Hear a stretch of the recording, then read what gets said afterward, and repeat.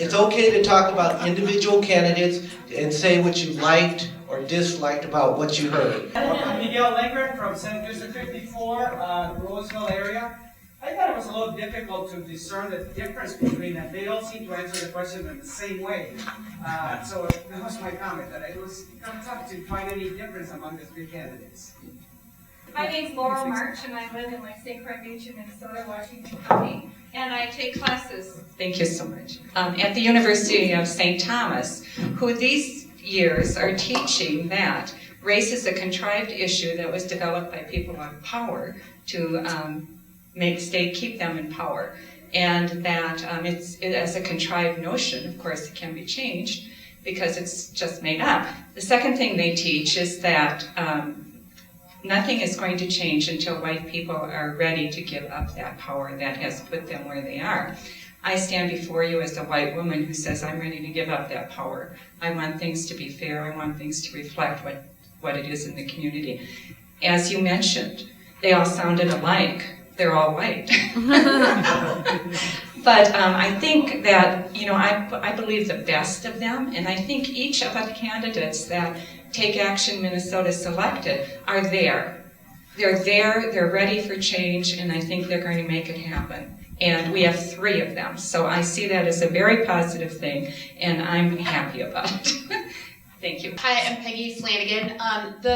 Just kind of based on initial reactions, I wanted to give big props to Paul Thissen for saying that he had privilege and acknowledging it. That was huge.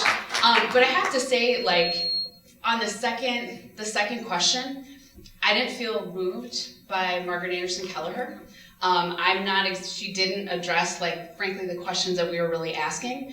And I think that RT and Paul gave some pretty solid answers as to, and examples of what they've done, RT specifically, and just, so I want to know a little bit more about, what that actually means for Margaret. Hi, Demetria Carter. I want to step out and say that I really liked what RT had to say about a lot of the ways that he answered the questions. And I like that, I feel that he steps out there and says, he's had experience and he hasn't always done it right, and that he can recognize and acknowledge and say, I've done some things wrong, but I've learned from them.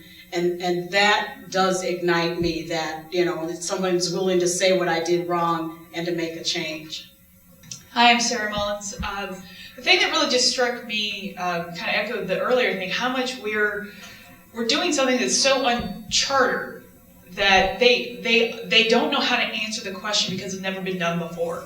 Mm-hmm. And to really, that our call then is we have to educate them on this path. And we're figuring out the path as well because we haven't done it.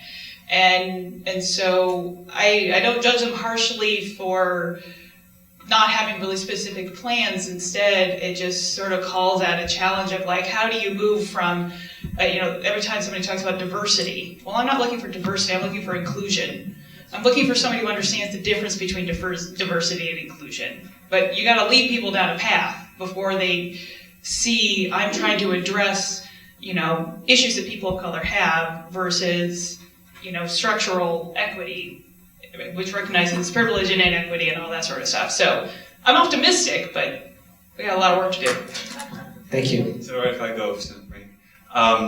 Phil Steger in Senate District 66. A couple comments. One, I actually thought RT and Margaret answered this better in the large group than they did here. They were more specific. RT was willing to say, I'm ready to fully staff right now and look to you for who I should have in different appointments because you know your communities, you know your issues.